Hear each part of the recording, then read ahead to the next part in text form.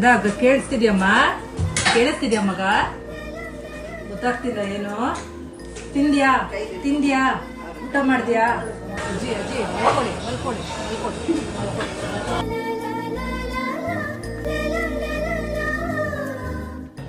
ಇಲ್ಲಿರ್ತಕ್ಕಂಥ ಎಲ್ಲ ದೇವ್ರ ಮಕ್ಕಳನ್ನ ನೋಡಿ ಇಲ್ಲಿರ್ತಕ್ಕಂಥ ದೇವ್ರ ಮಕ್ಕಳ ಆಶೀರ್ವಾದ ಪಡ್ಕೊಬೇಕು ಅಂತ ಹೇಳಿ ಇವತ್ತು ಇಲ್ಲಿ ಬಂದು ಇಲ್ಲಿರ್ತಕ್ಕಂಥ ಎಲ್ಲ ದೇವ್ರ ಮಕ್ಕಳಿಗೂ ಪ್ರಸಾದದ ವ್ಯವಸ್ಥೆಯನ್ನು ಮಾಡಿಕೊಟ್ಟಿರ್ತಾರೆ.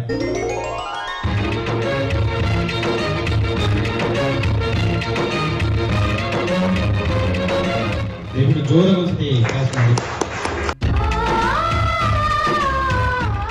ನಮಸ್ಕಾರ, ನನ್ನ ಹೆಸರು ಶ್ರುತಿ ಹರ್ಷ ಪೆರಿಕಲ್ ಅಂತ. ನಾನು ಹರ್ಷ ಪೆರಿಕಲ್ ಫೌಂಡೇಶನ್ ವತಿಯಿಂದ ಬಂದಿರೋದು. ನಮ್ಮ ಮಾವನವರು ಅವರು ಮಿನಿಸ್ಟರ್ ಆಗಿದ್ರು, ಆವಾಗ ಅವರು ಶುರು ಮಾಡಿದ ಫೌಂಡೇಶನ್ ಇದು.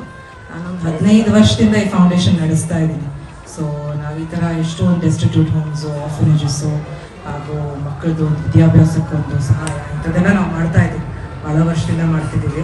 ನಾನು ಹಲವಾರು ಆಶ್ರಮಗಳು ಓಡಾಡಿದ್ದೀನಿ, ಎಷ್ಟೊಂದು ಕಡೆ ವರ್ಷಾನ್ಗಟ್ಲೆಯಿಂದ ಹೋಗಿದ್ದೀನಿ. ಒನ್ ಆಫ್ ದ ಕ್ಲೀನೆಸ್ಟ್ ಆಶ್ರಮ ಅಂದರೆ ಇದೆ.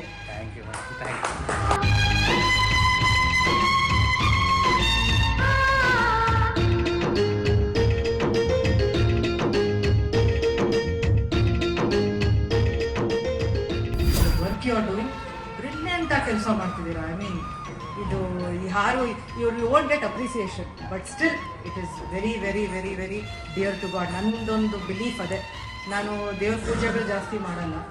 ದೇವಸ್ಥಾನಕ್ಕೆ ಒಂದು ವರ್ಷಕ್ಕೊಂದು 10 ಸತಿ ಹೋದರೆ ಹೆಚ್ಚು. ನನ್ನ ಕೆಲಸ ಮಾಡೋದಿದೆ. ನಾನು ಇದೇ ಚಿಕ್ಕದಾಗಿ ಹಿಂಗೆ ಮಾಡ್ತಿರ್ತೀನಿ.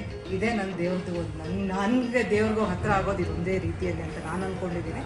ಇದೇ ಕೆಲಸ. Thank you madam, thank you.